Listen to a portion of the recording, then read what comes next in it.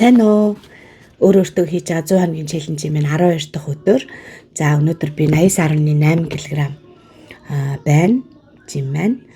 За тэгээд хүүхдүүдтэй би хаяа коктейл ихээр найруулах ч юм уу эсвэл жим центр их авах үедээ ингээд зарим хийгээд хөлдөөчдөг.